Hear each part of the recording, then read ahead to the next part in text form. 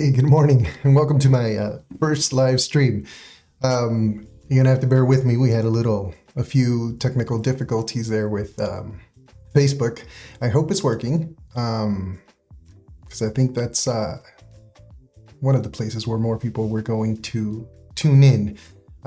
Anyway, so bear with me. I'm still learning. I've tried for the last few days to get a hang of the OBS software and everything that's needed to do a live stream. Also, let me apologize for this camera. I had a different camera that we used for recording videos. It turns out it wasn't ideal for streaming videos though. So I had to sell those so I could get one that's appropriate for streaming. And this is a temporary camera. The quality's not the best, but we did what we could with the lighting here to hopefully make something worth watching. Anyway, for this first stream, I want to, tell you a little bit about myself, so you know where I'm coming from, why I think the way I do. My name's Joel. I grew up in San Diego, California, in a Christian household. So for a long time, I was a strict Christian conservative. But then life happened. And a lot of things, I can say went wrong. And but ultimately, those things are what led me to this. I've gained a lot of experience, had my eyes open to a lot of things in life and in this world. And so that's what I want to share with you. One of the things I've always said, or I would always tell people, my worst fear was to, pass away, or after I pass away, for people to say he could have done so much, or he had so much potential, not living up to my full potential, not realizing the goals, or I guess you could say God's plan. And I put that in parentheses because I do believe, I guess I would call myself an agnostic theist. I do believe that there's a higher power. And when I speak to, my Christian family, I don't attend church anymore. I'm not against church. I'm against, I guess, some of the teachings, but it really comes down to every person. You can meet one person from a church and say, oh, these church people are great. Or you can meet another person from that same church and say, oh my God, these people are hypocrites, right? So it really comes down to the individual and how they choose to carry themselves and live life. And I'm getting into something else here. Anyway, I believe that there's a higher power, and but I don't believe, I guess you could say, the narrative of the Christian church, for the most part. The values I do agree with. I would consider myself a social liberal. We're all liberal in some aspects of our lives and conservative in others. And I think that the closer things get to home, the more conservative we get, and the further away, the more liberal we are. I try to live by the motto or the saying, live and let live. You do what you want to do, as long as you don't affect others, especially as long as you don't affect me and my family, right? So anyway, that's kind of a little bit of a background. Like I said, I grew up in church. I was supposed to be a pastor. In fact, some of my family members are pastors. That wasn't the route for me.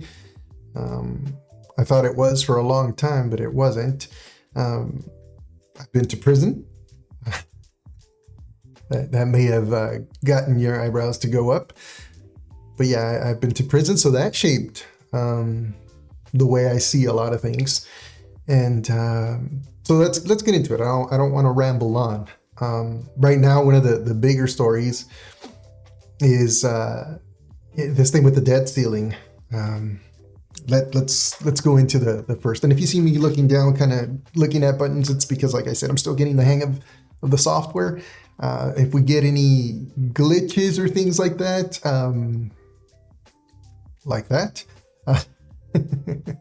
that's gonna be why. But anyway, let's see here. Okay. So here we go. From the Associated Press, ahead of the House debt ceiling vote, Biden shores up Democrat and McCarthy scrambles for GOP support. I'm just going to read a small little paragraph here and then kind of give you my thoughts. Hard fought to the end. The debt ceiling and budget cuts package is heading toward a crucial U.S. House vote as President Joe Biden and Speaker Kevin McCarthy assemble a coalition of centrists, Democrats and Republicans to push it to passage over fierce blowback from conservatives and some progressive dissent. Biden is sending top White House officials to meet early Wednesday at the Capitol to shore up support ahead of voting. McCarthy is working furiously to sell skeptical fellow Republicans, even fending off challenges to his leadership. In the rush to avert a potentially disastrous U.S. default, despite deep disappointment from right-flank Republicans that the compromise falls short of the spending cuts they demanded, McCarthy insisted he would have the votes needed to ensure approval. Now,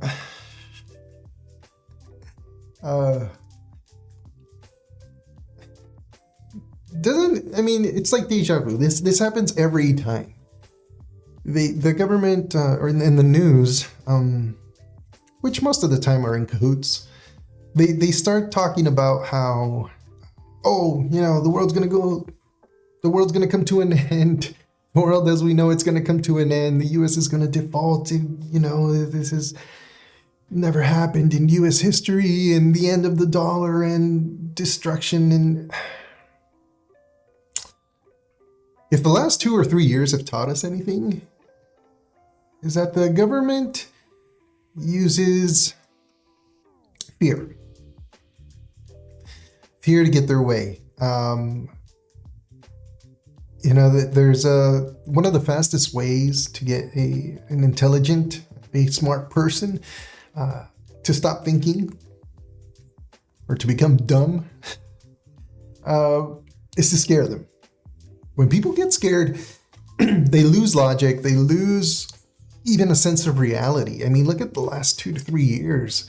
And it's funny. I tell my wife I wish I had a camera following me all the time, because I've been right so much lately as far as what's going to happen with the government. I mentioned I went to prison for a few years, so you do a lot of reading.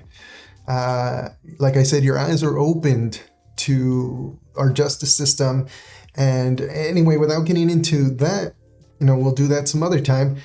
The justice system, that is, you start reading history. And when you get into history, you get into past events, what happened to lead up to those events, what happened behind the scenes and what the outcome was. And the outcome usually is money. The saying, money, the love of money is the root of all evil. Greed is the root of all evil. When you know about history, you know about events, you can see things coming. You can see patterns, you can recognize patterns, and you can make a good, educated guess as to what's happening and what's going to happen. I remember I told my wife when the whole pandemic started, to me it just seemed crazy, because people were acting as if the Walking Dead were outside, where they were walking the streets. People were dropping dead, and it was just too much too much coming from everywhere. Oh my God, we're all gonna die. This is the end.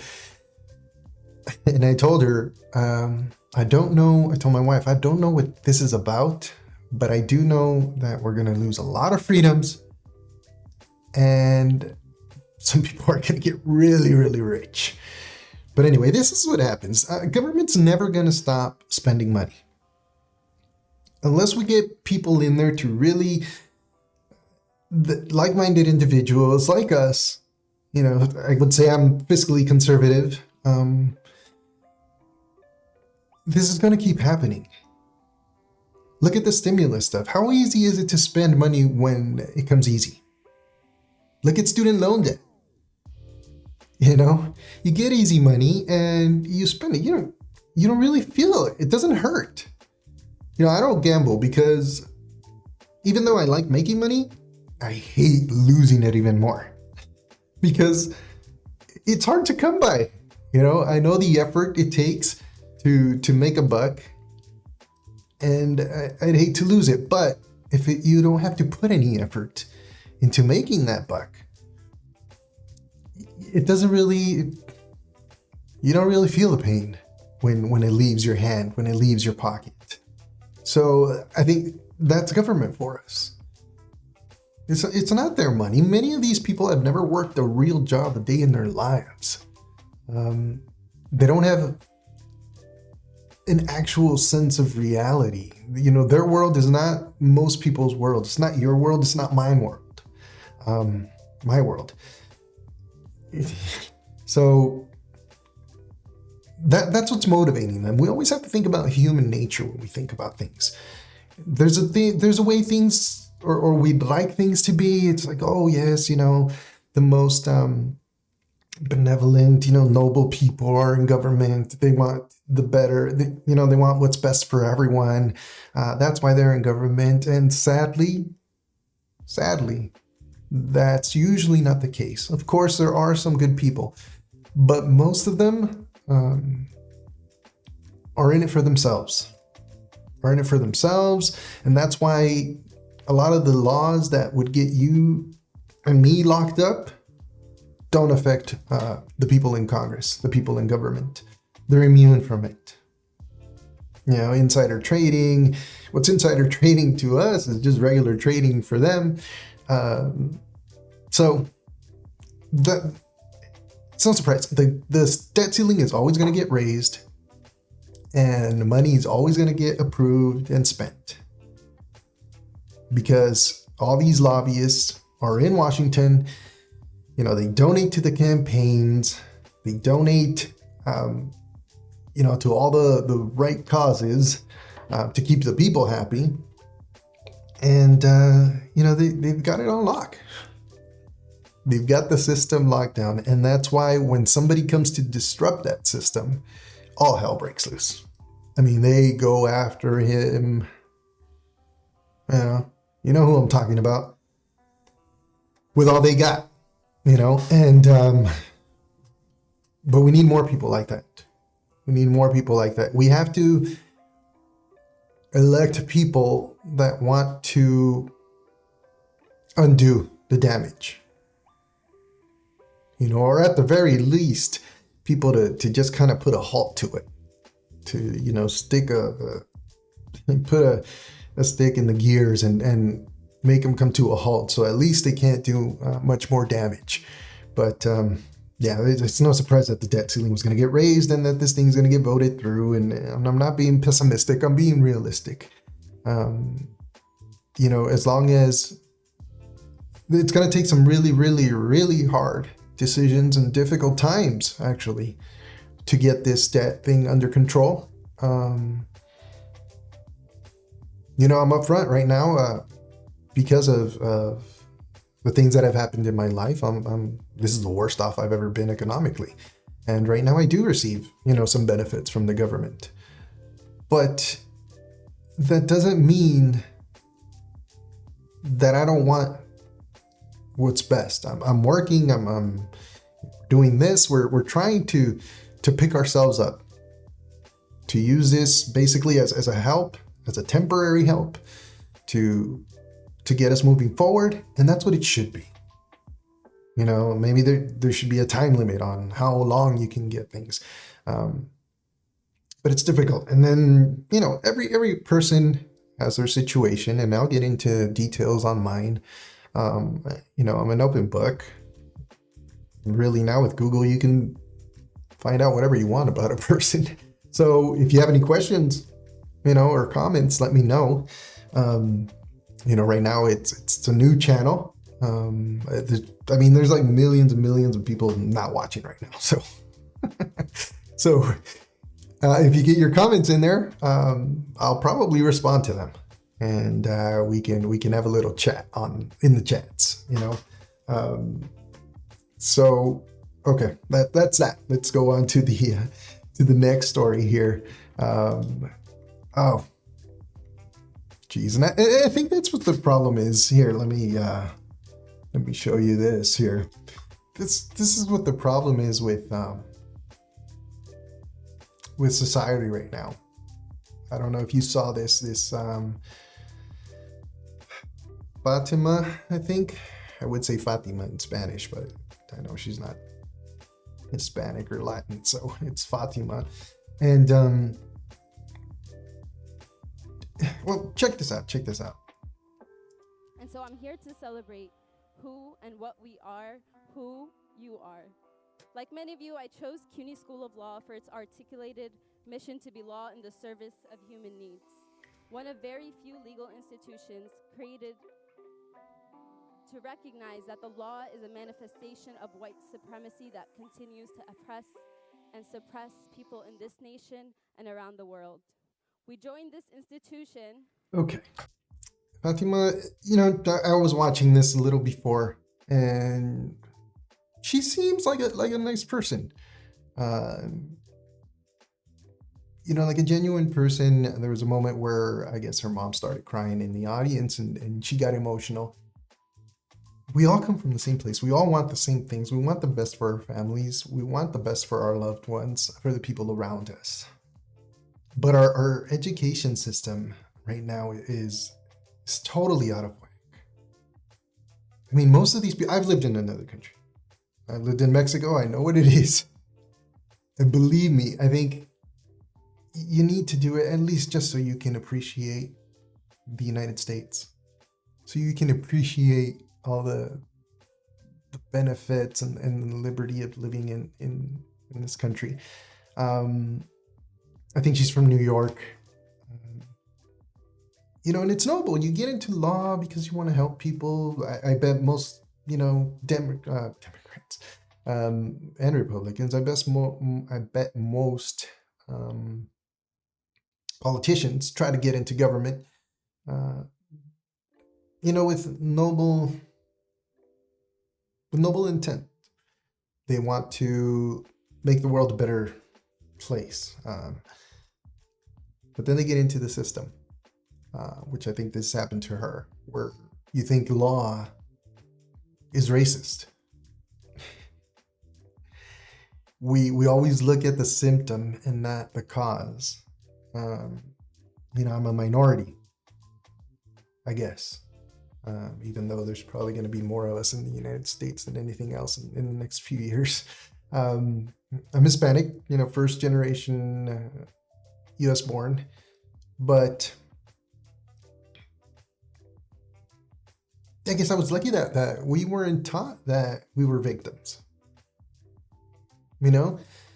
I've always been inquisitive. I've always been wanting to learn more, to understand more.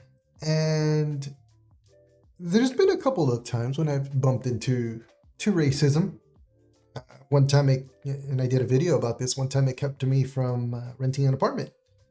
And it wasn't white people being racist.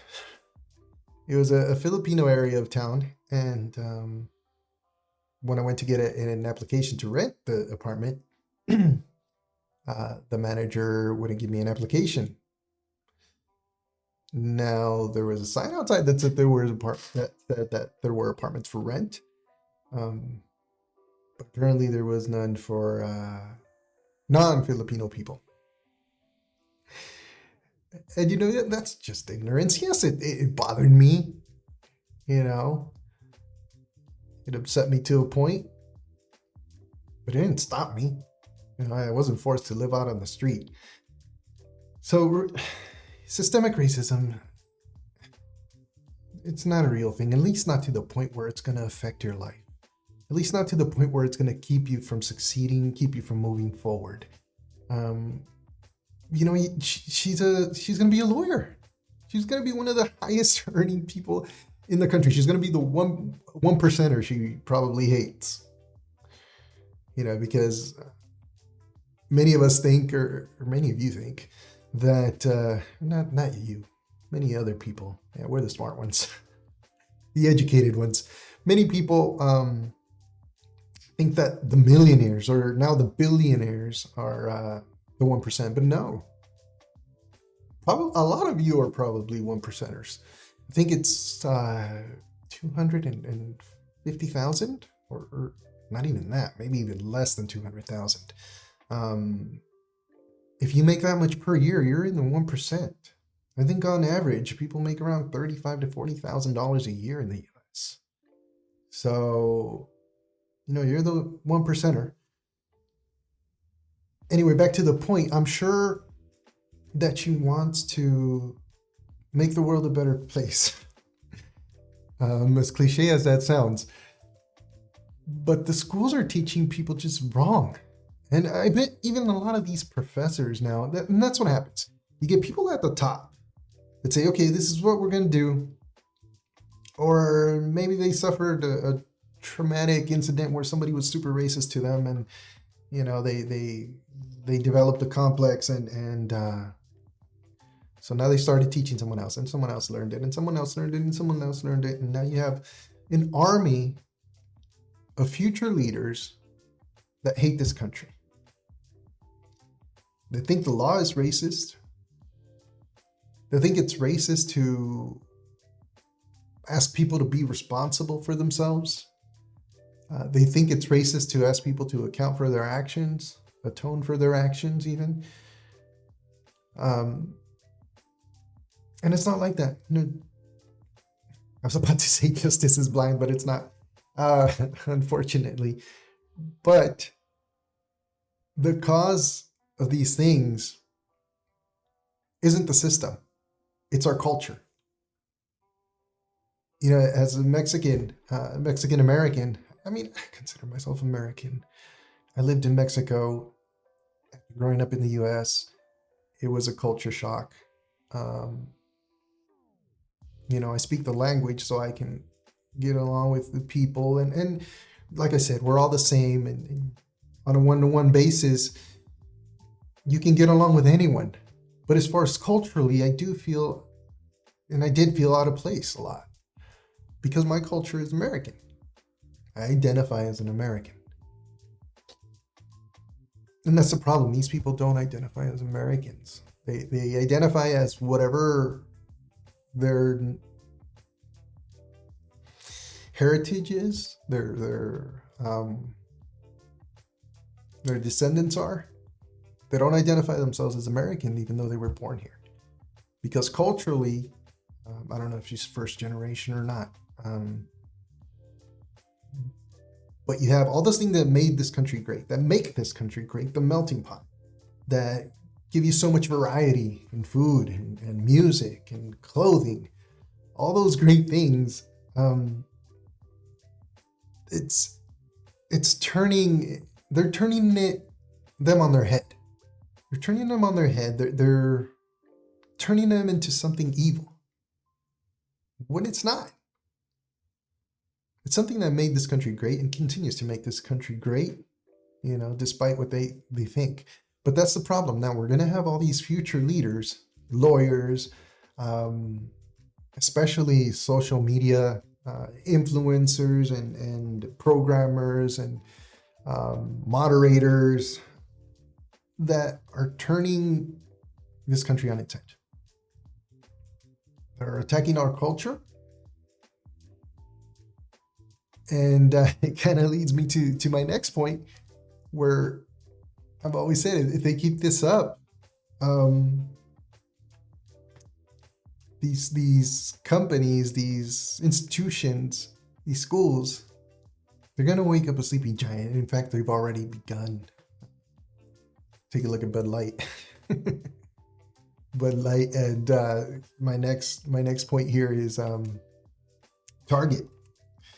If you don't know, Target has recently come under fire, or they're in the news now because of some, I don't even know, the LGBTQ displays, some pride displays.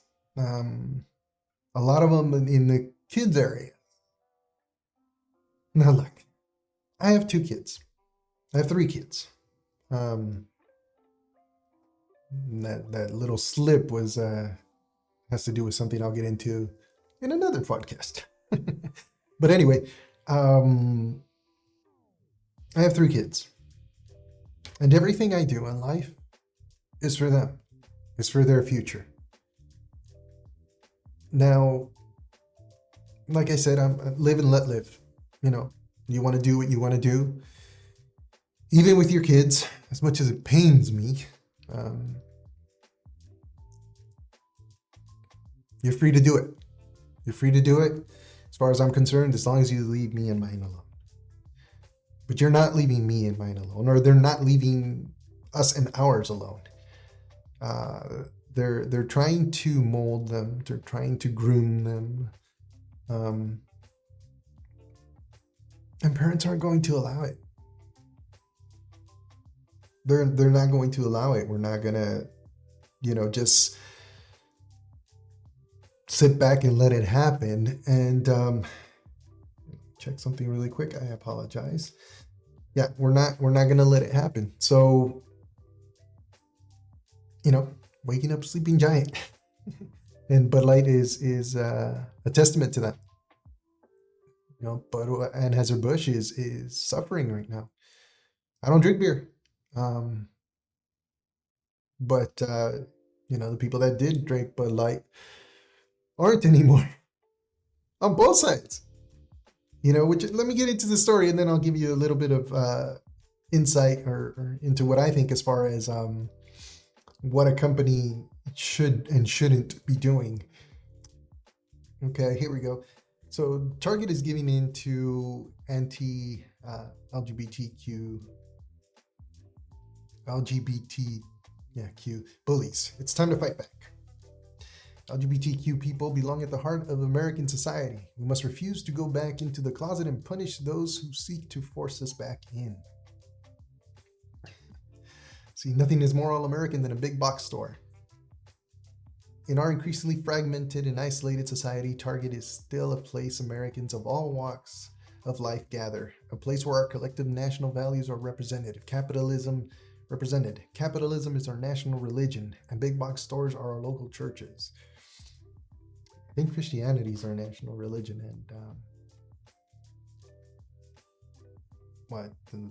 and our churches are our local churches. Anyway, the first time I saw Pride merchandise in Target, my heart soared. People like me, so long excluded from mainstream American society, were not only represented but celebrated. Pride being in a mainstream big box store like Target, sorry, I'm thinking and reading at the same time, marked a cultural shift from the 90s and 2000s, where being gay was so verboten that brands wouldn't dare market to us so openly, especially in colorful displays prominently placed in the store. It signaled a mainstream acceptance. Now look, there's LGBTQ people in my family.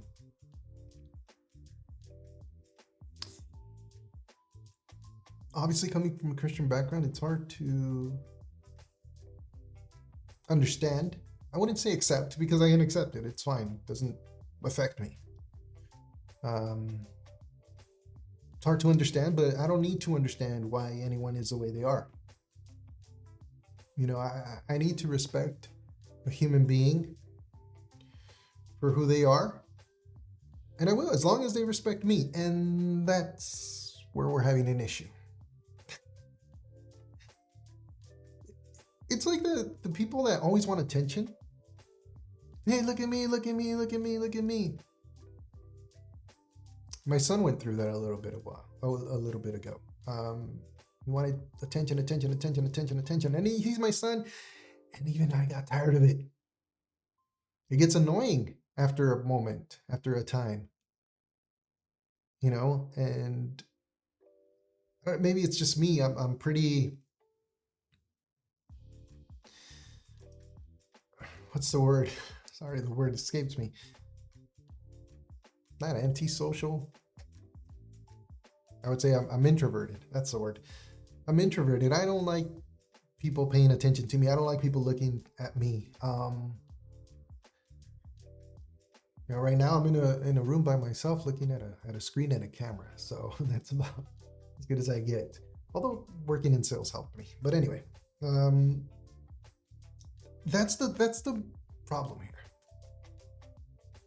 Is that you're not respecting my point of view. They're not respecting our point of view,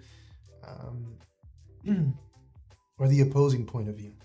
I hope and I wish that people from all backgrounds watch this and can identify with it, because I've gone through some stuff, which I'll share and I'll get into, and we've all gone through some stuff. So maybe we can find some common ground there. But you have to give respect to get respect. And, I did live in the country where there was no problem, if you were gay or whatever. Especially now, before you could say, things that you couldn't say now. To describe, you can use certain words to describe people that you can't now, unfortunately. Not that it's a good thing that people, use slurs against others, but it's a good thing that we can all speak our mind, and use slurs right back at them. No. So that's the problem. And the problem with these companies really is that the problem with these companies is that they're getting out of their lane. As a company, when you get down to it, your job is to make money, to offer a product or service that helps people in some way, and makes you money. It makes your employees money. It makes your shareholders, in Target's case and Bud Light's case, money. It isn't to take a stand on social issues, on political issues, even though you've all got your lobbyists in Washington. Your role is to make money. And you know what? Those people, your employees, your shareholders, your executives, they can get behind a cause. They can take a stand on social issues, on political issues, using the money you gave them to further the effort of whatever, organization or cause they support. But when you take one side, you're going to alienate the other. And when you're trying to sell to everyone, you're going to have issues. Now, I don't condone people destroying someone else's property. I don't condone violence. And they're making a big deal. The media is making a huge deal about some idiots who tore down displays. People are emotional. They get angry.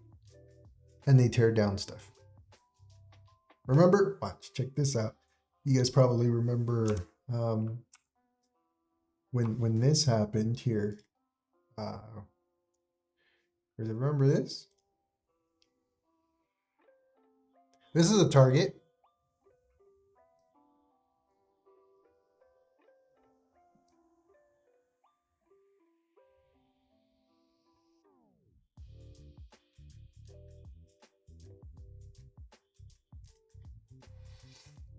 You know, that's a target. And some news outlets weren't even covering that stuff. You know, people weren't saying poor Target.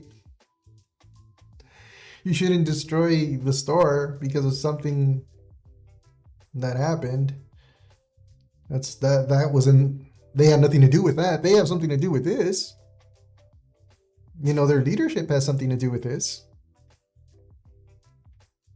But that's what happens when you try to promote or take a stand on a social issue. It's a lose-lose situation. Like Bud Light. I mean, they alienated like what 90%, 99% of their customers. And then when those customers revolted, they said, "Oh, we're sorry," and then the other 1% that they were trying to please said, "Wait a minute, what do you mean you're sorry? We're not buying your stuff anymore." It's a lose-lose situation. You don't get into that stuff. Stay in your lane. Anyway, well, let's. I mean, we started off with that, and we're getting into this. The Little Mermaid. Little Mermaid. Now, like I was saying, I don't know why, or a lot of people are saying, I don't know why people are so upset. Yeah, all they did was change the main character in a beloved movie. So, look, I'm not racist. None of the people I know are racist. I wouldn't hang out with racists. But we all agree that this was unnecessary. And when, like me, I know the reason they did this, and it's a racist reason. It's a movie where they essentially got rid of the main character, replaced the main character because of the color of her skin. Because she was white. Now, other people will try to frame it as, oh, it's because we want to be inclusive, we want to give them a chance. That's fine. That's fine. Make another movie. When you start changing and when you start changing the things that people love, especially like for me, movies, which I love, people don't take it well. Most people don't take it well.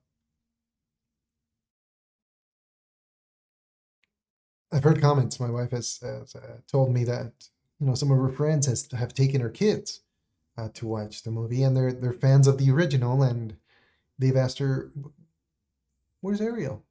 Where's the Little Mermaid?" They don't say, "Oh wow, she's different," or they just see her as a different character now. And that's the problem. Now, IMDb has it, let's see, 7 out of 10. And it's not what I've been hearing. 7 out of 10. Unusual activity. Our rating mechanism has detected unusual voting activity on this title.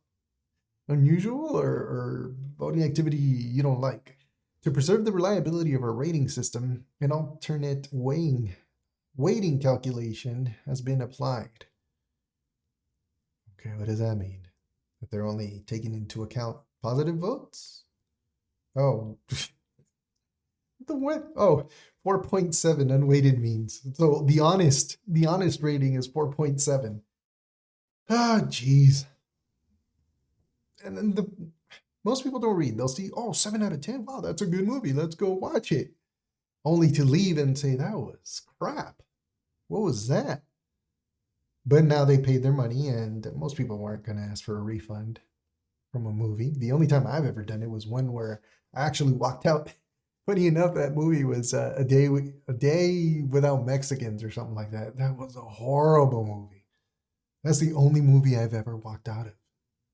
Me and the people I was with, we walked out and we asked for our money back because we walked out like 20 minutes into it. But the racism here is from the production company. It's from Disney and from the people that made this movie. They got rid of, or they changed the character because of the color of her skin, and that's what's happening in society. You know, that's what's happening now. Um, those who are accusing others of doing things, it's because they're projecting. They're projecting. They're saying you're being racist, this and that, but they're obsessed with the color of skin. They may like me now because my job has me outdoors a lot, so I'm tan. But I'm pretty white. I'm pretty pale. When I was in prison, my skin was the same color as my nails. I mean, I was almost transparent. But so they wouldn't like me then. But it's ridiculous, man. It's ridiculous, and you're changing it. The problem here isn't that the main character is black. The problem here is that you're changing a beloved movie for the worst reasons. You are. And that's why Disney's paying. Disney's hurting, you know? Anyway, I was scared today. I thought, what am I going to talk about for an hour? Um, yeah, and maybe I rambled a little bit. But anyway, we'll get into, we've got a few minutes left. We'll get into the last story as a parent. If you're a parent, you might find this interesting. Check this out. This 8-year-old boy was arrested, well, allegedly arrested because he wasn't. I don't think he was really. He wasn't really arrested in New York, in Syracuse, because he stole some chips. Now, here I'll let you watch the video real quick.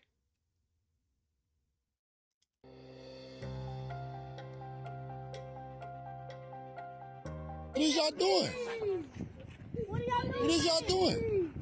Guess. Take a guess what I'm doing. Hey, he like a baby to me. Why you? Guess what I'm doing. I don't know what you doing. I just see you snatch him up off the. No. So what? So what's going on then? You're stealing stuff. If you break into your house to steal something. Nah, man. What is that? A bag of chips? So y'all treat me like a whole cold-blooded killer? Keep walking, dude. You don't even know what you're Keep talking walking. about. I know what I just came up and see. I know the just came up and see. Okay, what did you see? I see just. Okay, now let me give you a little bit of the backstory here.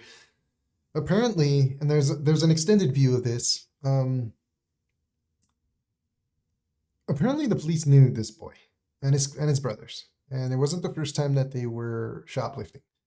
So he talked to the boy. He tried to get the boy to come. The boy tried to get away. The cop grabbed him by the hood of his sweatshirt. Maybe he shouldn't have done that. As somebody who's been to prison, I'm not a huge fan of actually, I wouldn't even say that because it's on a case by case basis. There's been cops that I've met that are great. They're cool people. There's some of my family that I think they're cool people. And there's some that are a-holes. But that's just in general. And again, like politicians, the problem with a lot of police is that the people trying to get into that line of work aren't the people that should be in that line of work. And the people that should be in that line of work, for the most part, don't want to be in that line of work because we don't want to control other people. Usually,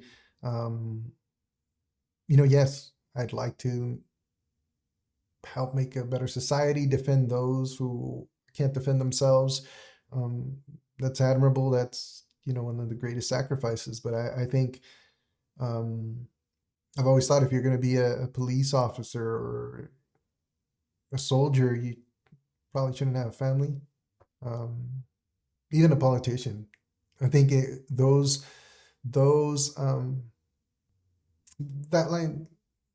positions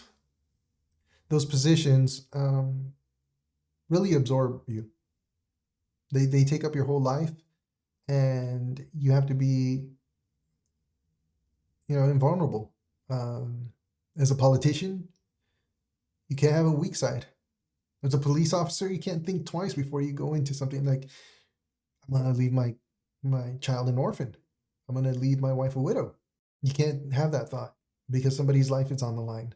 And it's only natural that you do have that thought and maybe hesitate. That's why I think it would be ideal that people in in those positions and in those lines of work are single. But I mean, that's just my thought. Obviously, there's a lot of people that make it work, and then great for them. But on this video, first, you don't come up to cops. It's not going to be, even though they're doing something wrong, just pull out your camera and start recording. That's the best thing you can do. Don't get into a confrontation with him. It's not going to end well. I'm surprised that guy didn't get arrested himself. But apparently these cops knew this boy and his brothers. It wasn't the first time they shoplifted. So they got the boy.